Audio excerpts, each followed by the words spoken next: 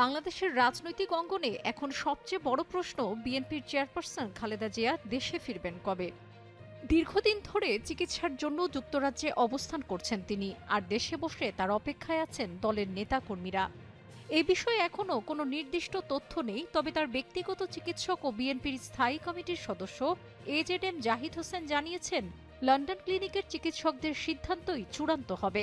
গত 7 জানুয়ারি কাতারের আমিরের পাঠানো বিশেষ এয়ার অ্যাম্বুলেন্সে উন্নত চিকিৎসার জন্য যুক্তরাজ্যে যান BNP chairperson Khaleda Zia. London ক্লিনিকে চিকিৎসা নেয়ার পর 24 জানুয়ারি বড় ছেলে ও বিএনপির ভারপ্রাপ্ত চেয়ারম্যান তারেক রহমানের বাসায় উঠেছেন তিনি। বিএনপির শীর্ষ নেতারা জানিয়েছেন, খালেদা জিয়া দেশে ফিরতে চান, তবে চূড়ান্ত সিদ্ধান্ত চিকিৎসকদের হাতে।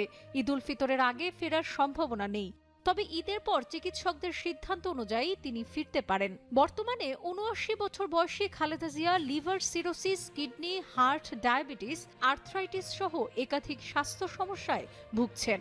আওয়ামী লীগ সরকারের আমলে তাকে বিদেশ যেতে দেওয়া হয়নি। তবে ছাত্র জনতার অভ্যুত্থানে গত 5 আগস্ট শেখ হাসিনার সরকার পতনের পর মুক্তি পান তিনি এবং চিকিৎসার জন্য যুক্তরাজ্যে যান। এর আগেও 2017 সালে চিকিৎসার জন্য লন্ডন গিয়েছিলেন তিনি। পরে দুর্নীতির মামলায় সাজা পেয়ে কারাবন্দী হন। কোভিড মহামারীর সময় নির্বাহী আদেশে মুক্তি পেলেও বিদেশে যাওয়ার অনুমতি পাননি। বিএনপি দাবি করেছিল সরকার তাকে গৃহবন্দী করে রেখেছে। এখন বিএনপির নেতাকর্মীরা অপেক্ষায় রয়েছেন কবে চিকিৎসকদের সবুজ সংকেত মিলবে আর কবে দেশে ফিরবেন 3 বারের সাবেক প্রধানমন্ত্রী খালেদা জিয়া।